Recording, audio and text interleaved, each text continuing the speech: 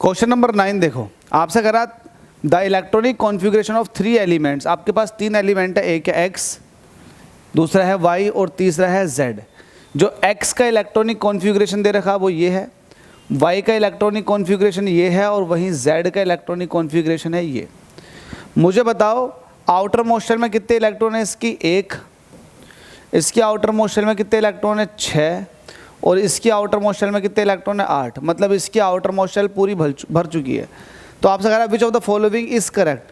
देखो outer most shell में एक इलेक्ट्रॉन होना मतलब ये मेटल्स को रिप्रेजेंट करता है, क्योंकि फर्स्ट ग्रुप के एलिमेंट जो होते हैं उन सबकी आउटर मोस्ट शेल में एक इलेक्ट्रॉन होता है।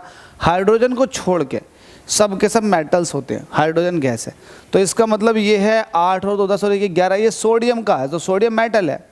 ठीक है, तो अब यहाँ पर बात कर लेते हैं x is a metal. X कौन सा, एक्स मेटल है? नहीं, इसकी आउटर मोस्ट शेल पूरी भरी हुई है, तो ये 0 ग्रुप वाला एलिमेंट है, तो एक्स मेटल नहीं हुआ। Z is a non metal. Z के आउटर मोस्ट शेल में एक इलेक्ट्रॉन है, तो ये मेटल हुआ। यहाँ पर कह रहे हैं नॉन मेटल, तो ये ऑप्शन भी कटा। Y is a metal. Y क्या है, 2 8 6, 6 क्या है, लगभग इसकी ऑर्बिट भरने वाली है। ये है 16, 16 होता ऑक्सीजन का, और ऑक्सीजन मेटल नहीं होती है।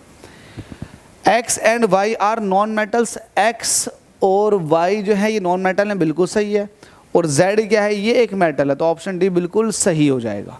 समझ गए? आगे चलते हैं, अगर समझ गए तो। बहुत सारे क्वेश्चन है अभी।